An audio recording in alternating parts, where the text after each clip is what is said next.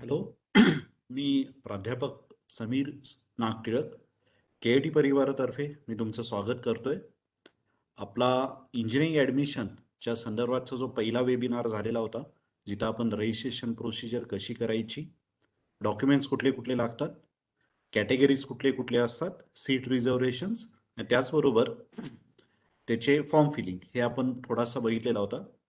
आणि आता जो आपण बघणार आहोत वेबिनार 2, जो ऑप्शन फॉर्म फिलिंग, आज तारीख 28 तारखेला मेरिट लिस्ट लागणार आहे. तुमचा ग्रीव्हियन्स पिरियड संपून मेरिट लिस्ट लागणार आहे आणि त्यानंतर तुम्हाला ऑप्शन फॉर्म फिलिंग भरावे लागणार आहेत.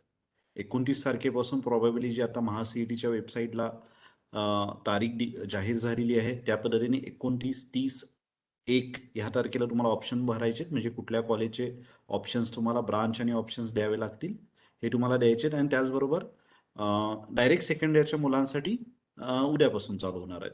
मग त्या संदर्भातचाच हा second webinar KIT college of engineering autonomous कोल्हापूरतर्फे आम्ही आज तुम्हाला देत आहोत. त्याची तुम्ही माहिती घ्या. काही अडचणी असेल तुम्ही विचारू शकताय. आपण आता चालू करूया वेबिनारसाठी.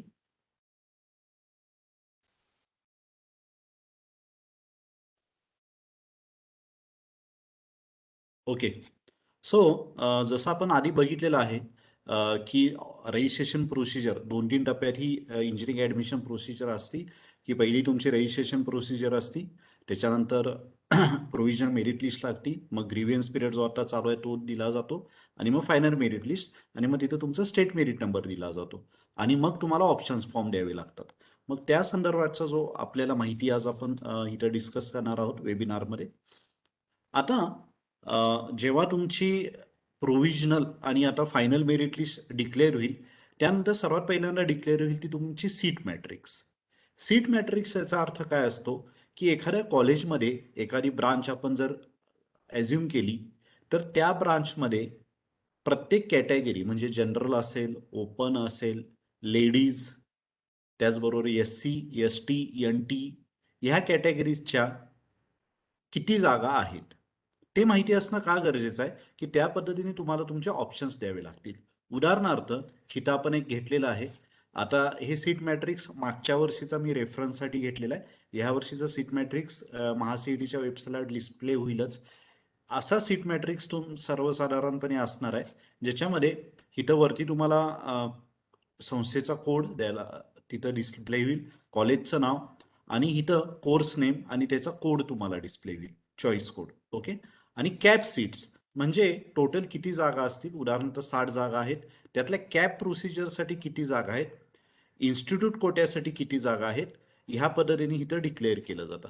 आता इथं जर बारकाईने पद्धतीने तुम्ही बघितला, मी एक मिनिटं तुम्हाला इथं जर ही रीड कशी करायची हे समजून घेणं इम्पॉर्टंट आहे. आता इथंच दिलेलं आहे की कॅप प्रोसिजरसाठी 48 जागा आहेत. म्हणजे जी मुलं कॅपमध्ये रजिस्ट्रेशन केलेली आहेत आणि ऑप्शन फॉर्म देणार आहेत त्यांच्यासाठी ह्या 48 जागा आहेत. आणि संस्था कोटा ज्याला आपण म्हणतो इन्स्टिट्यूट लेवल कोटा, ह्यासाठी ह्या 12 जागा दिलेल्या आहेत. म्हणजे इथला ऑप्शन ह्याच्यासाठी द्यायची गरज नसती. आणि ऑल इंडिया सीट्स म्हणजे जे तुमचे JEE मेन्सच्या मार्कांवर सीट अलॉकेट केले जातात, ह्याच्या जागा इथं दिलेल्या असतात. आणि जसं मी आधीच्या वेबिनारला सांगितलेलं आहे तसं मी इथं पण परत क्लिअर करतो की JEEच्या जागेसाठी कुठल्याही पद्धतीने रिझर्वेशन नसतं. त्यामुळे त्यांनी इथं 9 जागा दिलेल्या आहेत. ओके. आता इथं जर बघितलं SI म्हणजे तुमचे कुठले आले, सँक्शन इनटेक, ज्याला आपण म्हणतो टोटल बायोटेक्नॉलॉजी. उदाहरणार्थ ही ब्रांच घेऊया आपण बायोटेक्नॉलॉजी. बायोटेक्नॉलॉजी ब्रांचसाठी टोटल ह्या संस्थेचे सँक्शन इनटेक किती आहे, त्यातमधले कॅपसाठी जागा किती आणि ऑल इंडिया सीट्स सिटी मग ह्या वजा केल्या तर महाराष्ट्र सीट्स म्हणजे सीईटीच्या मार्कांवर जे अलॉकेशन होणार आहे ह्याच्या 39 जागा अधिक ह्या 9 जागा म्हणजे ह्या तुमच्या 48 जागा आणि प्लस 12 जागा संस्था कोटाच्या, म्हणजे ह्या सगळ्या मिळून तुमच्या 60 जागा होत असतात. हे क्लिअर करणं गरजेचं आहे. त्यामुळे तुम्ही जेव्हा ऑप्शन फॉर्म भरणार आहात त्याआधी अशी सीट मॅट्रिक्स बघणं फार इम्पॉर्टंट आहे प्रत्येक कॉलेजच्या प्रत्येक ब्रांचची. खाली जर डिटेल तुम्ही बघितला तर इथं तुम्हाला लक्षात येईल जनरल, लेडीज ही ओपन कॅटेगरीसाठी, SC कॅटेगरीसाठी परत त्यातल्या जनरल म्हणजे इथं मेल आणि फिमेल असं गृहीत धरलं जातं आणि इथं फक्त लेडीजसाठी. ST साठी जनरल लेडीज म्हणजे प्रत्येक कॅटेगरीमध्ये जनरल आणि लेडीज. जनरलमध्ये मेल फिमेल दोन्ही जेंडर कन्सिडर केले जातात आणि लेडीजमध्ये फक्त लेडीज कॅन्डिडेट्स. ह्या पद्धतीने इथं बायफर्गेशन असतं. आता तुम्ही इथं जर बघितला म्हणजे रीड करताना कसं करायचं, आता स्टेट लेवल उदाहरणार्थ के कॉलेज एक ऑटोनॉमस संस्था आहे किंवा ज्या ज्या ऑटोनॉमस संस्था आहेत तिथं सगळे स्टेट लेवलच्या जागा असतात. तिथं अदर होम युनिव्हर्सिटी आणि होम युनिव्हर्सिटी असं बायफर्गेशन नसतं. पूर्ण हे कन्सिडर एकच केलं जातं स्टेट मेरिटवर. आणि अदर होम युनिव्हर्सिटी आणि होम युनिव्हर्सिटी हा आपण पहिल्या वेबिनारमध्ये त्याचा बघितलेला आहे. अदर होम युनिव्हर्सिटी कुठले कॅन्डिडेट्स असतात आणि होम युनिव्हर्सिटीमधले कुठले कॅन्डिडेट्स असतात. आता इथं जर तुम्ही बघितलं परत तर SC साठी मेल फिमेल साठी 3 जागा आहेत आणि लेडीजसाठी 2 जागा आहेत. म्हणजे ह्या पद्धतीने तुम्हाला हे रीड करावं लागेल. आणि इथं जर बघितलं की NTB कॅटेगरीसाठी लेडीजसाठी कुठलीच जागा नाहीये. ह्या पद्धतीने तुम्हाला ही सीट मॅट्रिक्स समजून घ्यावी लागेल. त्याच्यामुळं ऑप्शन फॉर्म भरायच्या आधी किंवा तुमचे ऑप्शन्स डिसाईड होण्यासाठी तुमची कॅटेगरी कुठली, तुमचं इंटरेस्टेड कॉलेज कुठलं आणि मग त्याची असणारी जागेंची संख्या अवेलेबल आहे की नाही हे जाणून घेणं फार इम्पॉर्टंट आहे. त्यामुळे ते समजून घ्या थोडंसं. आता नंतर आता हे थोडंसं समजून घ्या कुठल्या पद्धतीने तुमची सीट मॅट्रिक्सवरनं तुमचे ऑप्शन्स डिसाईड होऊ शकतात. ह्या केसमध्ये जेणेकरून मी तुम्हाला ते नंतर लक्षात येईल. तर इथं काय दिलेलं आहे की जनरलसाठी 10 जागा आहेत. आता जनरल ओपन इथं कॅटेगरी कुठली ओपन आहे आणि त्यासाठी जनरलसाठी 10 जागा शिल्लक आहेत अवेलेबल. म्हणजे काय ह्याच्यात सगळे कॅन्डिडेट्स असणार आहेत इन्क्लुडिंग मेल आणि फिमेल, त्याचबरोबर ओपन आणि रिझर्वेशन कॅटेगरीचे. म्हणजे कुठलाही कॅन्डिडेट ओपन असू दे, रिझर्वेशन असू दे, तो मेल असू दे किंवा फिमेल असू दे, तो ह्या जागेसाठी इलिजिबल असणार आहे. ओपन लेडीज ह्याच्यात कोण असणार आहे, all female candidates. Again open category असतील किंवा रिझर्वेशन कॅटेगरी असतील ह्यातले कुठलेही लेडीज कॅन्डिडेट ह्या जागेने इलिजिबल असणार आहे. आता SC कॅटेगरी घेऊया. SC कॅटेगरीसाठी जनरलसाठी असा अज्युम करूया की 3 जागा आहेत कुठल्या ते एका ब्रांचसाठी कुठल्या ते एका कॉलेजमध्ये. तर त्याच्यासाठी कोण कोण एलिजिबल आहेत, जसं मी मगाशी सीट मॅट्रिकला सांगितलं SC कॅटेगरीमधले मेल आणि फिमेल मुलं आणि मुली त्याच्यासाठी इलिजिबल असणार आहेत base on state merit number. हा आता एक लक्षात घ्या की आता तुम्हाला आधी पर्सेंटाईल मिळालेले आहेत, त्या पर्सेंटाईलवर तुम्ही रजिस्ट्रेशन केलेलं आहे आणि आता तुम्हाला प्रोव्हिजनल मेरिट लिस्ट दिलेली आहे ऍक्च्युअल. त्या बेसवर तुम्ही आता प्रोव्हिजनल मेरिट लिस्ट जो प्रोव्हिजनल म्हणण्यापेक्षा आता जो फायनल मेरिट लिस्ट डिक्लेअर केलेली आहे त्या मेरिट लिस्टवर तुम्ही कट ऑफ चेक करायचा. महासिटीच्या वेबसाईटवर गेल्या 2 वर्षाचे कट ऑफ अवेलेबल आहेत. तिथे प्रत्येक ब्रांच आणि कॉलेजचे तुम्ही कट ऑफ चेक करा आणि तिथला मेरिट नंबर बघा. त्यावरनं तुम्हाला अंदाज येईल की किती मार्क्सला किती मेरिटला ते कॉलेजचा तो कोर्स क्लोज झालेला आहे. म्हणजे तुम्हाला ऑप्शन फॉर्म डिसाईड करताना त्याचा फायदा होईल. आता SC लेडीजच्या 2 जागा आहेत. ह्या जागेना कोण इलिजिबल आहे, SC कॅन्डिडेटच्या फक्त मुली. ह्यासाठी मुली अवेलेबल नसणार आहे. तर मुलांना अवेलेबिलिटी किंवा त्याच्या तिथं गृहीत धरलं जाणार नाही. हे मी बऱ्यापैकी पहिल्या राऊंडला सांगतोय. पहिल्या कॅप राऊंडला, दुसऱ्या राऊंडला हे बऱ्यापैकी जागा ओपन होतात जर त्या त्या कॅटेगरीतला तो विद्यार्थी किंवा विद्यार्थिनी मिळाली नाही तर. तसंच NTC आणि NT कॅटेगरी मध्ये पण 3 असतात उदाहरणार्थ NT A, B आणि C. आता इथं जर असं दिलं असेल की NTC साठी जनरलसाठी 1 जागा शिल्लक आहे तर त्यासाठी NTC कॅटेगरी मधला मुलगा आणि मुलगी दोन्हीही इलिजिबल आहे. सो मुलगा आणि मुलगी दोन्ही इलिजिबल असणार आहे. पण त्या कॉलेजच्या त्या ब्रांचसाठी जर लेडीज NTC साठी जागा शिल्लक नसेल तर एखादी विद्यार्थिनी जर NTC असेल तर तिनं ऑप्शन दिला तर ह्या जागेसाठी ती गृहीत धरली जाईल ती विद्यार्थिनीचा ऑप्शन. पण ह्या लेडीज कोट्यासाठी ती इलिजिबल जाणार नाही. म्हणजे उदाहरणार्थ 2 NTC ची मुलं आहेत, एक मुलगा आहे आणि एक मुलगी आहे. मुलग्याचा मेरिट नंबर पहिला आहे, मुलगीचा दुसरा आहे. तर त्या NTC कॅटेगरीच्या मुलग्याला ही जनरल NTC ची जागा अलॉकेट केली जाणार आणि NTC कॅटेगरीच्या मुलगीला दिली जाणार नाही, कारण का एकच जागा होती ती मुलग्याला दिलेली आहे आणि NTC कॅटेगरीमध्ये लेडीजमध्ये जागा शिल्लक नाही आहे. हे लॉजिक समजून घ्या. त्याच्यामुळे काय होणार आहे, कारण असताना तिचा ऑप्शन वेस्ट केला जाणार आहे. त्याच्यामुळे ह्या पद्धतीने तुमचं माझी कॅटेगरी कुठली, त्याला जागा किती शिल्लक आहेत हे सीट मॅट्रिक्स रीड करणं फार इम्पॉर्टंट आहे. आता ऑल इंडिया कोटा जसं मी मगाशी सांगितलं प्रत्येक संस्थेत ऑल इंडिया कोटा असतो. गव्हर्नमेंट कॉलेजेस सोडले तर तिथं फक्त सीईटीच्या मार्कांवर ऍडमिशन केलं जातं. ह्या केसमध्ये हिथं जे मेरिट किंवा जे अलोकेशन होतं ते पूर्णपणे ऑल इंडिया कॅन्डिडेट्सच्या JEEच्या मार्कांवर केलं जातं आणि इथं कुठल्याही पद्धतीने रिझर्वेशन पॉलिसी नसती. हे समजून घ्या थोडंसं. ओके. 9 जागा आहेत, त्याला कुठल्याही पद्धतीने रिझर्वेशन नसणार आहे. तुमच्या JEEच्या मार्कांवर, मेन्सच्या मार्कांवर तुमचे अलोकेशन केलं जाणार आहे. पण एक लक्षात घ्या, एखादा NT कॅटेगरीचा किंवा SC कॅटेगरीचा विद्यार्थी आहे ज्याला JEEला चांगले मार्क्स पडलेले आहेत आणि जर त्याला ऑल इंडिया सीट्स मधली जर एखादी सीट मिळाली, याचा अर्थ त्याला स्कॉलरशिप मिळत नाही असं नाही. तो सर्व प्रकारच्या स्कॉलरशिपला इलिजिबल असणार आहे. त्याच्याकडे सगळे डॉक्युमेंट्स असायला पाहिजे. म्हणजे जरी काही पालकांमध्ये एक शंका असते, क्वेश्चन्स यायला लागलेत की बाबा जर मी NT कॅटेगरीला आहे आणि मला ऑल इंडिया सीट्स मधली सीट मिळाली तर मला स्कॉलरशिप मिळणार का? हो, मिळणार. ह्याच्यात काही त्या पद्धतीने कुठल्याही पद्धतीने स्कॉलरशिपला प्रॉब्लेम येतो किंवा दिली जात नाही असं नसणार आहे. त्याच्यामुळे हे क्लिअर असू दे तुमचं. आता राऊंड्स किती आहेत? आता जे गव्हर्नमेंटनी जे डिक्लेअर केलेले आहेत, ह्या वर्षी 2 राऊंड असणार आहेत सर्व कॉलेजेससाठी. एक असणार आहे कॅप 1 आणि एक असणार आहे कॅप 2.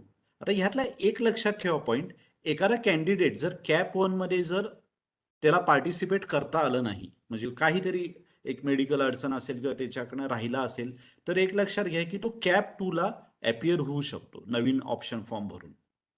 फक्त एवढंच असणार आहे त्या केसमध्ये, की जर तुमची पहिल्या राऊंडमध्ये जर त्या कॅटेगरीचा जर विद्यार्थीच्या कॅटेगरीच्या जागा जर संपल्या असतील तर मात्र त्या विद्यार्थ्याला त्या जागा सेकंड राऊंडला अवेलेबल नसणार आहेत. ज्या काही शिल्लक जागा असतील त्या शिल्लक जागेतनंच तुमचं अलोकेशन असणार आहे. त्यामुळे हे क्लिअर राहू दे थोडंसं. म्हणजे हे कन्वे करा. जर तुमच्यापैकी जर असे कोण तुम्हाला माहितीतले विद्यार्थी आले की अरे मी पहिल्या राऊंडला फॉर्म भरलेला नाही, मी दुसऱ्या राऊंडला भरू शकतो का? हो, भरू शकता. आता ऑप्शन भरताना ही सर्वात एक महत्वाचा विषय असतो की ऑप्शन्स कसे डिफाईन करायचे. म्हणजे एका कॉलेजचे सगळे ऑप्शन्स द्यायचे किंवा ब्रांच वाईज आपण डिफाईन करायचे. आत्ता जर बेसिकली ट्रेंड बघितला, आता आमच्याकडे बरेचसे पालक येतात किंवा बरेचसे विद्यार्थी आमचे KIT काउन्सिलिंग सेलला अपियर होतात आणि बऱ्याच जणांचा प्रेफरन्स असतो की मला CS पाहिजे, CS पाहिजे, कितीही मार्क्स असले ते CS कॉम्प्युटर सायन्स पाहिजे. त्यामुळे काय होतं की तुम्ही चांगलं कॉलेज निवडायचं की एका ब्रांचसाठी कुठलंही कॉलेज घ्यायचं हे तुम्ही ठरवावं लागतं. आता हे जर फायदा किंवा तोटा हे तुम्ही समजून घ्यायला पाहिजे. कॉलेज स्पेसिफिक आणि ब्रांच स्पेसिफिक. आता इथं जर तुम्ही लक्षात बघितला, इथं जर तुम्ही शांतपणे बघितला, तर एक समजून घेणं फार इम्पॉर्टंट आहे. हे लॉजिक कॅप कुठल्या पद्धतीने वर्क होतं.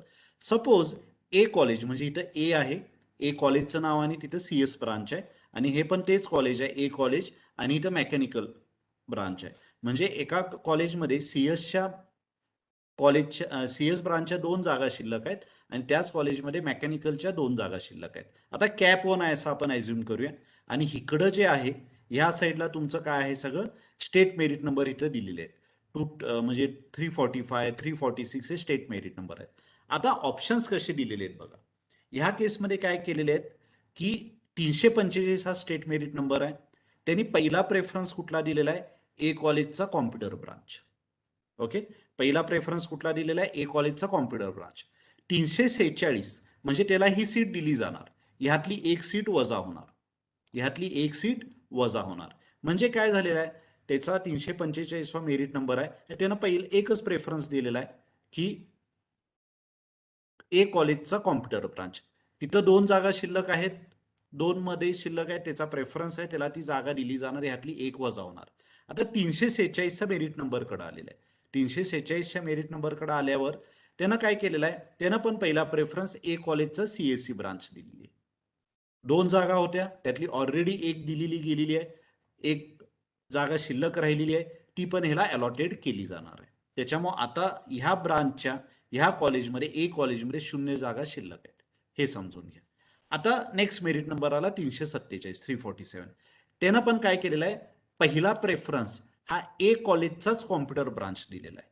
ए कॉलेजचाच कॉम्प्युटर ब्रांच. हिथं काय झालेलं आहे बेसिकली, हिथं जागा तर शिल्लक नाहीये. त्याच्यामुळं सॉफ्टवेअर काय करतं, आता हे जे अलोकेशन होतं हे तुम्ही आम्ही करत नाही, सॉफ्टवेअर अलोकेट करतं. सॉफ्टवेअर काय करतं, त्याचा पहिला प्रेफरन्स बघितला, ए कॉलेजचा कॉम्प्युटर ब्रांच आहे, कॉम्प्युटर ब्रांचची त्या कॉलेजला त्या कॅटेगरीमधली जागा शिल्लक नाहीये, त्याच्यामुळे त्याला अलॉटमेंट होणार नाही आणि त्याचा दुसरा प्रेफरन्स चेक केला जाणार. असं नसतं की त्यांनी दिलेले सगळे प्रेफरन्स चेक करतो असं नसतं. पहिला प्रेफरन्स चेक केला जाणार. पहिल्या प्रेफरन्समध्ये जर त्या कॉलेजची त्या कॅटेगरीमधली जागा शिल्लक असेल तर ती अलोकेट केली जाणार. आता ह्या विद्यार्थ्याकडे दुसऱ्या प्रेफरन्सकडे गेलेला आहे आणि त्यानं प्रेफरन्स दिलेला आहे त्याच कॉलेजचा मेकॅनिकल दिलेला आहे आणि मेकॅनिकलकडे इथं जर बघितलं तर 2 जागा शिल्लक आहेत जो ऑलरेडी कुणी क्लेम केलेल्या नाहीयेत. त्याच्यामुळे त्याला काय केली जाणार, ही जागा दिली जाणार मेकॅनिकल ब्रांचची त्या कॉलेजची आणि एक जागा त्यातली काय होणार आहे, वजा होणार आहे. हे क्लिअर कट समजून घ्या थोडंसं. एक जागा त्यातली वजा होणार आणि एक जागा शिल्लक राहील. आता नेक्स्ट मेरिट नंबर घेऊया, 348वा मेरिट नंबर. त्यानं काय केलेलं आहे, एकच प्रेफरन्स दिलेला आहे म्हणजे हा ब्रांच स्पेसिफिक झाला. मला फक्त सीएसच पाहिजे. त्यानं काय केलेलं आहे, त्याच कॉलेजचा परत ए कॉलेजचं सीएस दिलेलं आहे. जसं आधी बघितलंय ह्यालाच अलॉटमेंट झालेली नाही कारण का ऑलरेडी ह्या 2 जागा संपलेल्या आहेत. त्याच्यामुळे त्याला पण अलॉटमेंट केली जाणार नाही. आता नेक्स्ट मेरिट नंबर 349. त्याचा पहिला प्रेफरन्स आहे ए कॉलेजचा कॉम्प्युटर सायन्स, जागा शिल्लक नाही सो त्याला अलॉटमेंट केली जाणार नाही. पण त्यानं दुसरा प्रेफरन्स ए कॉलेजचा मेकॅनिकल दिलेला आहे.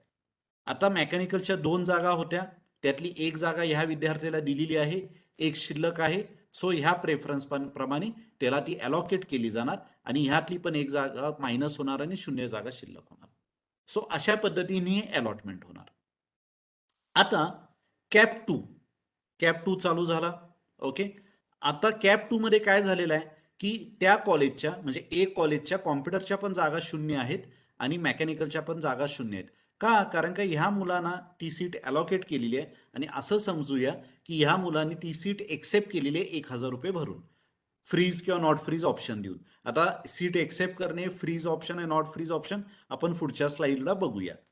आता काय झालेलं आहे, असं झालं की चुकून 348च्या मेरिट नंबर म्हणजे हा 348च्या मेरिट नंबरच्या विद्यार्थ्यांनी पहिल्या राऊंडला ए कॉलेजच्या कॉम्प्युटर ब्रांचचा ऑप्शन दिला होता पण त्यानं त्या कॉलेजचा मेकॅनिकलचा दिलेला नव्हता. त्याला असं वाटलेलं आहे की अरे आपण आता ए कॉलेज म्हणजे ए ग्रेडचं कॉलेज घेऊ आपण चांगलं कुठलं तरी कॉलेज आणि त्या कॉलेजचं आपल्याला नसेल तर आता दुसऱ्या ब्रांच तरी आपण ऑप्शन देऊया.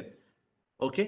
त्यानं तो ऑप्शन जरी दिला तरी त्याला कधी मिळणार सीट, जेव्हा वरचे जे 2-3 जे कॅन्डिडेट्स आहेत म्हणजे 345, 346 ज्यांनी ऑलरेडी ही ब्रांच काय केलेली आहे, एक्सेप्ट केलेली आहे, त्यांना जर बेटरमेंट मिळाला म्हणजे ती जर कुठं वर शिफ्ट झाली कुठली, कारण का 345ला सीएस दिलेला आहे ऑलरेडी, 346ला पण सीएस दिलेली आहे आणि 347ला सीएस नसल्यामुळे त्याला मेकॅनिकल दिलेली आहे. हा जर कुठे हे 3 मुलं कुठे ते वरच्या ऑप्शनला शिफ्ट झाले दुसऱ्या कॉलेजला तर ती जागा शिल्लक राहणार आणि मग 348ला आयदर ए कॉलेजचं सीएस किंवा मेकॅनिकल अलॉटमेंट केली जाणार. त्याच्यामुळे ब्रांच स्पेसिफिक असलेल्याचा तो फार मोठा तोटा असतो की फर्स्ट राऊंडला एकदा संधी गेली की सेकंड राऊंडला अनलेस अँड अनटिल चांगल्या कॉलेजेसमधले मुलं वर शिफ्ट झाल्याशिवाय त्यांना ते अलॉकेट केले जात नाहीत. त्याच्यामुळं हा तुम्ही डिसएडव्हान्टेज म्हणा समजून घ्या. त्याच्यामुळे तुम्हाला कॉलेज तुम्ही आधी डिसाईड करा की कुठले चांगले कॉलेजेस, त्याचं नामांकन किंवा त्याचं रँकिंग, त्याचं ॲक्रेडिटेशन, प्लेसमेंट, कॅम्पस हे सगळं बघा. त्या पद्धतीने त्या कॉलेजचे 4-5 ब्रांचेस सॉर्ट आउट करा आणि प्रेफरन्स देताना तसेच द्या. कारण का काय होतं बेसिकली सेकंड राऊंडला जागेंची अवेलेबिलिटी कमी असते. त्यामुळे हे थोडंसं तुम्हाला क्लिअर झालं असेल. हां, परत एक सांगतोय काय काय शंका येत आहेत की प्रेफरन्स सगळे चेक केले जात नाहीत. पहिला प्रेफरन्स चेक केला जाणार, त्याचबरोबर त्या प्रेफरन्सला त्या कॉलेजची ती जागा शिल्लक आहे की चेक केली जाणार, असेल तर त्याला ती अलॉकेट केली जाणार. हे समजून घ्या थोडंसं. आता पुढे बघूया आपण ऑप्शन्स कसे द्यायचे. आता अशा पद्धतीने ऑप्शन्स असतात प्रेफरन्सेस. म्हणजे आता हे जर बघितलं हे ब्रांच स्पेसिफिक आहेत. म्हणजे ह्या विद्यार्थ्यांनी काय केलेलं आहे जर इथं बघितलं तर सगळे ब्रांच स्पेसिफिक ऑप्शन्स आहेत. म्हणजे ए कॉलेजचा मेकॅनिकल पहिला दिलेला आहे, मग बी कॉलेजचा मेकॅनिकल पहिला दिलेला आहे, सी कॉलेजचा मेकॅनिकल पहिला दिला आणि डी कॉलेजचा मेकॅनिकल आणि परत सीएस सगळे दिलेले आहेत त्याच कॉलेजचे. त्याच्यामुळे काय झालेलं आहे बेसिकली पहिल्यांदा काय केलं जाणार, जसं मगाच्या स्लाइडला मी लॉजिक सांगितलं, सॉफ्टवेअर काय करणार, त्या कॅन्डिडेट एखादा मेरिट नंबर आहे 345 धरूया आपण, त्या मेरिटचा पहिला प्रेफरन्स चेक केला जाणार. त्याचा प्रेफरन्स आहे ए कॉलेजचा. आता हा इन्स्टिट्यूट कोड आहे असं एज्युम करूया 11230. त्याचा पहिला प्रेफरन्स चेक केला जाणार. जर त्या कॅटेगरीमधले ती ब्रांचमधली जर ती जागा शिल्लक असेल तर त्याला ती अलॉकेट केली जाणार आणि जर असेल तर अलॉकेट केली जाणार आणि पुढचे प्रेफरन्सेस चेक केले जाणार नाही, तिथं सॉफ्टवेअर थांबणार. हां, पण ह्या कॅटेगरीमधली जर जागा फुल असेल तर मात्र पुढचा प्रेफरन्स 1 बाय 1 चेक केले जाणार. हा ब्रांच स्पेसिफिक ऑप्शन्स असे असतात. म्हणजे सगळे एकाच ब्रांचचे बाकी सगळे कॉलेजेसचे तो मुलगा ऑप्शन्स देऊन जातो. ओके. आणि त्याचा तोटा काय होतो बेसिकली, जसं मी सांगितलं, chance of less number of seats, म्हणजे दुसऱ्या राऊंडला अनलेस अनटिल बेटरमेंट होत नाही त्या पद्धतीने ए ग्रेड म्हणजे एक चांगल्या कॉलेजेसचे सीट्स मिळायचा प्रॉब्लेम येऊ शकतो. पण जर कॉलेज स्पेसिफिक, आता हे कॉलेज स्पेसिफिक ऑप्शन झाले, म्हणजे एखाद्या विद्यार्थ्यांनी काय केलेलं आहे की बाबा ए कॉलेजचा पहिला मेकॅनिकल दिलेला आहे, ए कॉलेजचा सीएससी दुसरा दिलेला आहे, त्याच कॉलेजचा ईएनटीसी तिसरा दिलेला आहे आणि त्याच कॉलेजचा सिव्हिल दिलेला आहे. त्याच्या मेरिटने सपोज सिव्हिल जरी पहिल्या राऊंडला मिळालं, इथं रेड मी इंडिकेट केलेलं आहे, रेड म्हणजे त्याला अलॉटेड झालेली आहे, तर तो सीट बुक करू शकतो 1,000 रुपये भरून आणि पुढच्या राऊंडला जाऊ शकतो. म्हणजे काय होणार आहे, जर पुढच्या राऊंडला वरच्या सीट्स जर कुठं शिल्लक राहिल्या तर त्याला वरचा चॉईस मिळेल आणि हा चॉईस खालच्या मेरिट नंबरला मिळेल.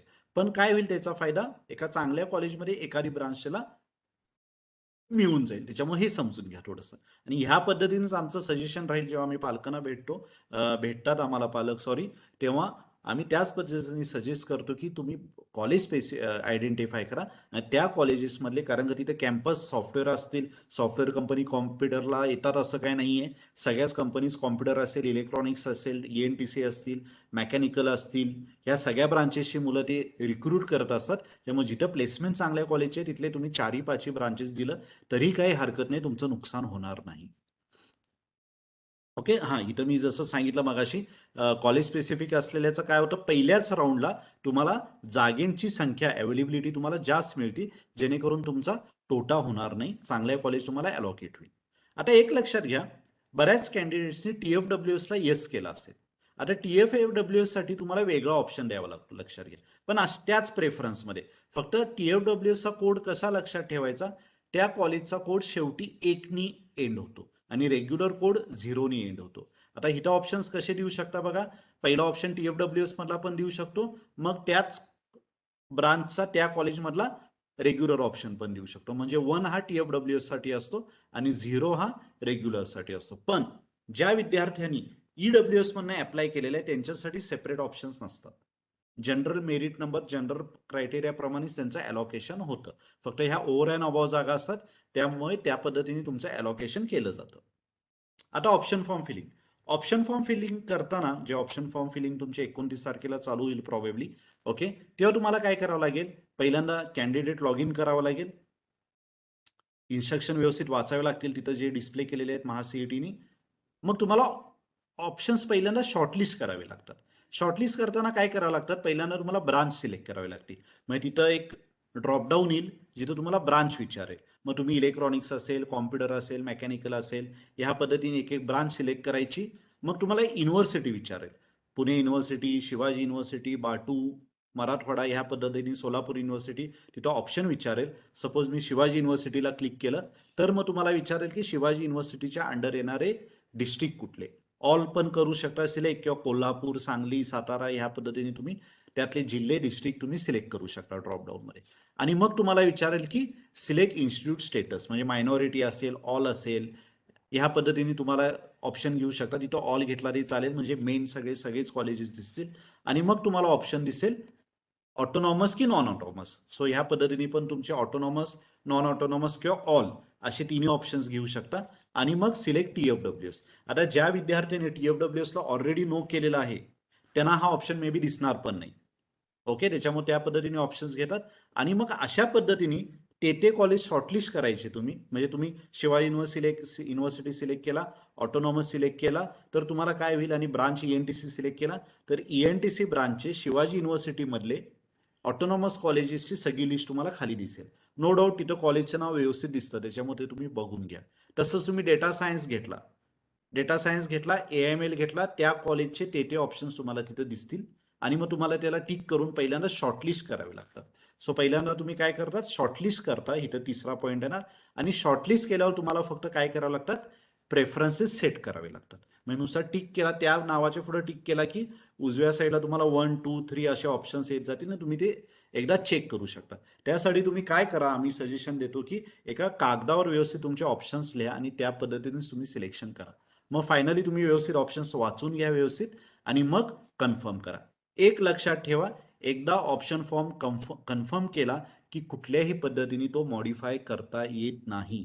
त्याच्यामुळे तुम्ही पहिला व्यवस्थित जेव्हा फायनल स्टेज कन्फर्मेशनची असते ऑप्शन फॉर्म भरताना, जिथं तुम्हाला युजर नेम आणि OTP जनरेट होईल, त्या केसमध्ये तुम्ही व्यवस्थितपणेच फॉर्म भरा. एकदा भरलेला ऑप्शन फॉर्म चेंज करता येत नाही, हे लक्षात ठेवा. आता अलॉटमेंट झाली, मग तुम्ही काय केला, सीट मॅट्रिक्स बघितलं आपण पहिल्यांदा, जागेचं रिझर्वेशन्स बघितलं, त्याच्यानंतर तुम्ही ऑप्शन फॉर्म भरला आणि मग अलॉटमेंट होणार. मग उदाहरणार्थ अशा पद्धतीने अलॉटमेंट झाली की एका विद्यार्थ्याला त्याचा 8वा प्रेफरन्स हा अलॉटमेंट झालेला आहे. त्याच्या पुढं काय असणार, म्हणजे अलॉटमेंट तरी झाली, पहिला कॅप राऊंड ऑप्शन फॉर्म भरला आणि अलॉटमेंट झाली. What to next? आता त्याच्यानंतरची स्टेप असते सेल्फ व्हेरिफिकेशन. सेल्फ व्हेरिफिकेशन म्हणजे स्वतःचे व्हेरीफाय करायचे.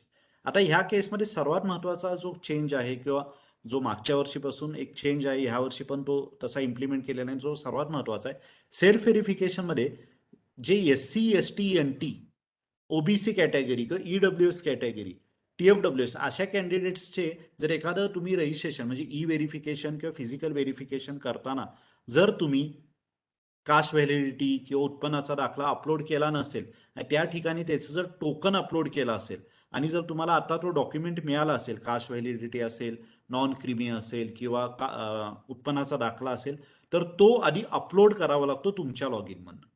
तुमच्या लॉगिनमधनं अपलोड करावा लागतो आणि त्याची आत्ताच्या महासीईटीच्या डेटप्रमाणे 7 तारीख दिलेली आहे. ओके, 7 तारखेच्या आधी अपलोड करायचं आणि मगच सीट एक्सेप्टन्स करायचा 1,000 रुपये भरून. जर तुम्ही तसं केला नाही, जर तुम्हाला टोकन मिळालं नाही, ओके, आणि जर तुम्ही अपलोड करू शकला नाही, तर तुम्ही ओपन कॅन्डिडेट म्हणून ट्रीट केलं जातं सेकंड राऊंडसाठी आणि कॅप 1चं अलॉटमेंट कॅन्सल केली जाते. तुम्हाला कॅप 2ला जाता येईल, पण as a open category, open candidate, sorry. आता काय होतं, काय कंदा एक लक्षात घ्या, काय काय विद्यार्थी टोकन असताना पण सेल्फ व्हेरीफाय करून 1,000 रुपये भरून सीट एक्सेप्ट करतात, फ्रीज किंवा नॉट फ्रीज ऑप्शन देतात किंवा फ्रीज करतात.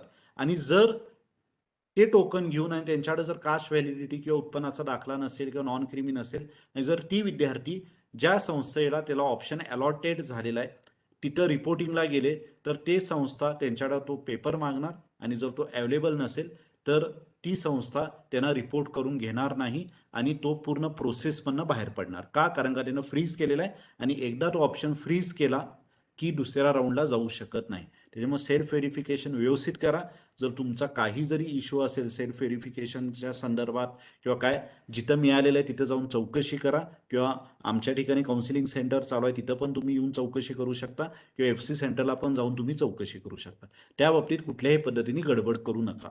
ओके, आणि ह्या केसमध्ये कॅप 1ची अलॉटमेंट कॅन्सल होईल जर त्यांच्याकडे रिक्वायर्ड डॉक्युमेंट्स आत्ता दिलेल्या तारखेप्रमाणे जर अवेलेबल नसेल तर. आता हा झाला सेल्फ व्हेरिफिकेशन. आता सेल्फ व्हेरिफिकेशन केलं आणि आपण हे 3 केसेस बघणार आता. आता एखाद्या विद्यार्थ्याला पहिलाच ऑप्शन मिळालेला आहे, ठीक आहे, एखाद्या विद्यार्थ्याला पहिलाच ऑप्शन मिळालेला आहे इथं, तर त्यानं काय करायचं आहे, त्याला काहीच करावं लागत नाही. ती सीट ऑटो फ्रीज होती. ती सीट काय केली जाते, बाय डिफॉल्ट ऑटो फ्रीज होती. त्या मुलग्याला सीट एक्सेप्टन्स फी 1,000 रुपये भरावी लागती ऑनलाईन मोडमध्ये आणि ज्या कॉलेजला त्याला ऑप्शन मिळालेला आहे तिथं जाऊन त्यांना ऍडमिशन घ्यावं लागतं. त्याची मुदत आत्ताच्या पद्धतीने 4 ते 7 अशी दिलेली आहे. त्याचे अपडेट्स येतातच महासिटीच्या वेबसाईटला आणि त्यानं त्याच तारखेत म्हणजे 8 तारखेला 9 तारखेला गेला तर रिपोर्टिंगची लिंक बंद झालेली असती आणि इन्स्टिट्यूट त्या मुलग्याला रिपोर्ट करून घेऊ शकत नाही आणि ऑटो फ्रीज असल्यामुळे फ्रीज जरी असला तरी तो दुसऱ्या राऊंडला जाऊ शकत नाही. तो अगेन्स्ट कॅपच्या जागेला किंवा संस्था लेवलच्या कोट्याला इलिजिबल होतो. त्याच्यामुळे त्या दिलेल्या तारखेतच तुम्हाला जाऊन रिपोर्ट करावं लागतं जर तुमचा ऑप्शन ऑटो फ्रीज किंवा तुम्ही सेल्फ फ्रीज केला असेल तर. आणि पहिला ऑप्शन ज्याला मिळालेला आहे तो प्रोसेसमधून बाहेर जातो, त्याला त्याच कॉलेजला जाऊन रिपोर्ट करावं लागतं आणि नेक्स्ट राऊंडला तो इलिजिबल होत नाही, हे समजून घ्या. आता दुसरी केस आहे, एखाद्या विद्यार्थ्याला दुसरा किंवा तिसरा प्रेफरन्स अलॉकेट झालेला आहे आणि ही इज हॅपी, त्याला आता दुसऱ्या राऊंडला जायचं नाहीये, त्याला ते फ्रीज करायचे. मग त्यानं काय करायचं, स्वतःच्या लॉगिन मधनं सेल्फ फ्रीज करायचं. पहिला ऑप्शन होता ऑटो फ्रीज, जो पहिलाच ऑप्शन असणार आहे, पहिला प्रेफरन्स जर मिळाला तर. आणि सेकंड कुठला, सेकंड प्रेफरन्स पासून कुठलाही मिळाला तर त्याला सेल्फ फ्रीज करायचं, त्यांनीही 1,000 रुपये भरायचे. त्या विद्यार्थ्यांनीही पण 1,000 रुपये भरायचे आणि परत त्या दिलेल्या तारखेतच, कॅप वनच्या रिपोर्टिंग तारखेतच त्या संस्थेला जाऊन ओरिजिनल डॉक्युमेंट्स आणि फी असेल कॉलेजची जी काय त्याच्या कॅटेगरीप्रमाणे ती त्यांनी सबमिट करायची. आणि हा विद्यार्थी पण सेकंड राऊंडला जाऊ शकत नाही. आता तिसरी केस, पहिला प्रेफरन्स सोडून दुसऱ्यापासून कुठला ते प्रेफरन्स अलॉटेड झालेला आहे आणि त्या विद्यार्थ्याला एक ट्राय करायचं आहे की मी सेकंड राऊंडला पण जाऊन मला वरचा माझा प्रेफरन्स कुठला मिळेल का. मग त्या केसमध्ये त्यानं 1,000 रुपये भरायचेत, पण नॉट फ्रीज हा ऑप्शन चूज करायचा आहे. ह्यानं काय होणार आहे की त्याला सपोज एक चौथा प्रेफरन्स मिळालेला आहे एखाद्या कॉलेजचा, म्हणजे उदाहरणार्थ त्याला आपण असं धरूया की केआयटी कॉलेजमधली मेकॅनिकलची सीट मिळालेली आहे आणि त्याला केआयटी कॉलेजमधली ईएनटीसी ही सीट प्रेफर करायची, जो त्याचा तिसरा प्रेफरन्स आहे. तर त्यानं काय करायचं आहे की 1,000 रुपये भरायचे आणि ऑप्शन द्यायचा नॉट फ्रीज. त्यानं काय होणार आहे, जी केआयटी कॉलेजमधली चौथ्या प्रेफरन्सचा जो मेकॅनिकलचा ऑप्शन आहे तो त्याचा लाईव्ह राहतो, ती सीट बुक केली जाते.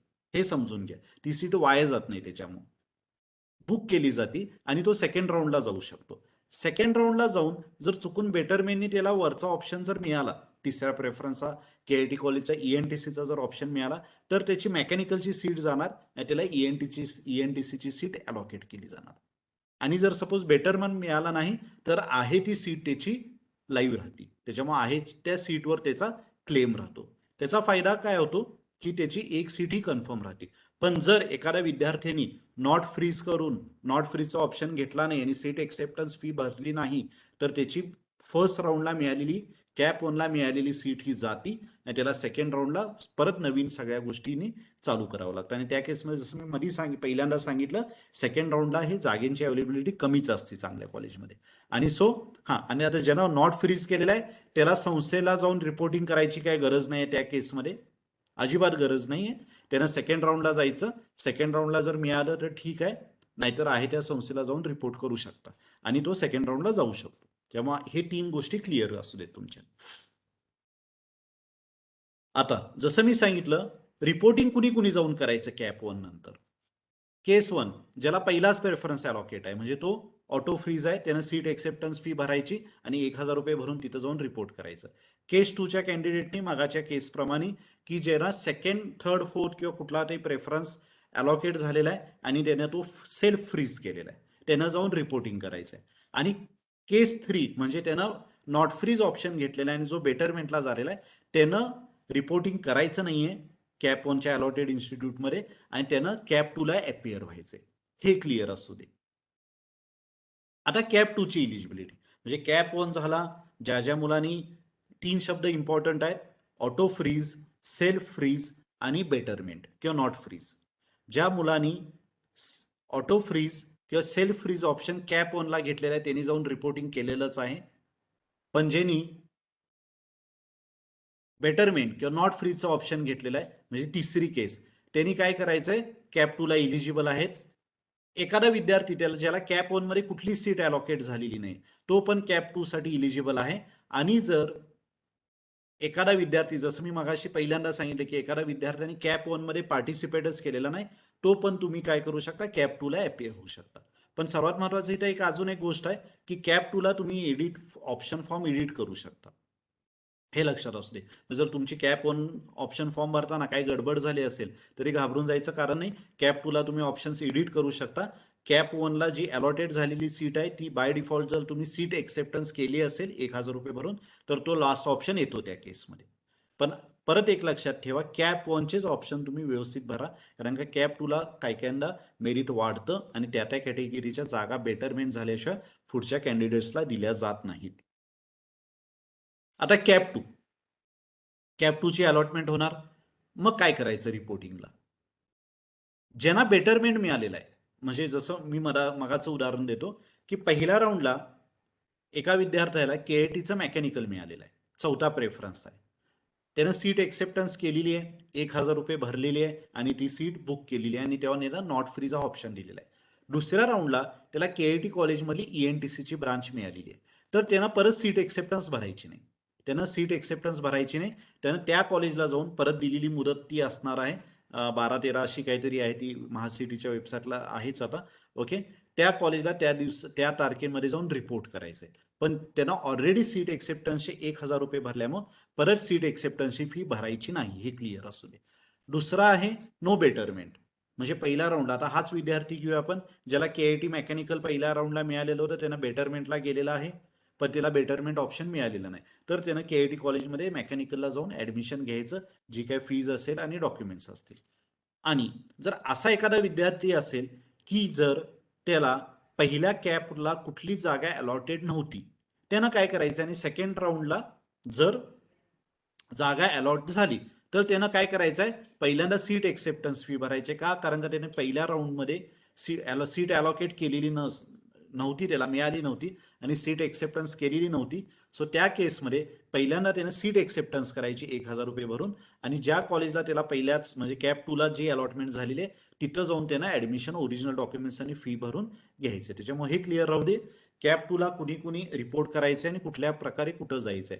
बेटरमेंट असेल तर जे काय नवीन जिथल्या ब्रांचला किंवा ज्या कॉलेजला मिळाला असेल तिथं जाऊन तुम्ही भरायचे, सीट एक्सेप्टन्स भरायची गरज नाही ₹1000. जर बेटरमेंट नसेल तर कॅप 1 ला जे कॉलेज अलॉट झालेलं आहे त्याच कॉलेजला जाऊन तुम्ही राहिलेली फी आणि ओरिजिनल डॉक्युमेंट्स भरायचे.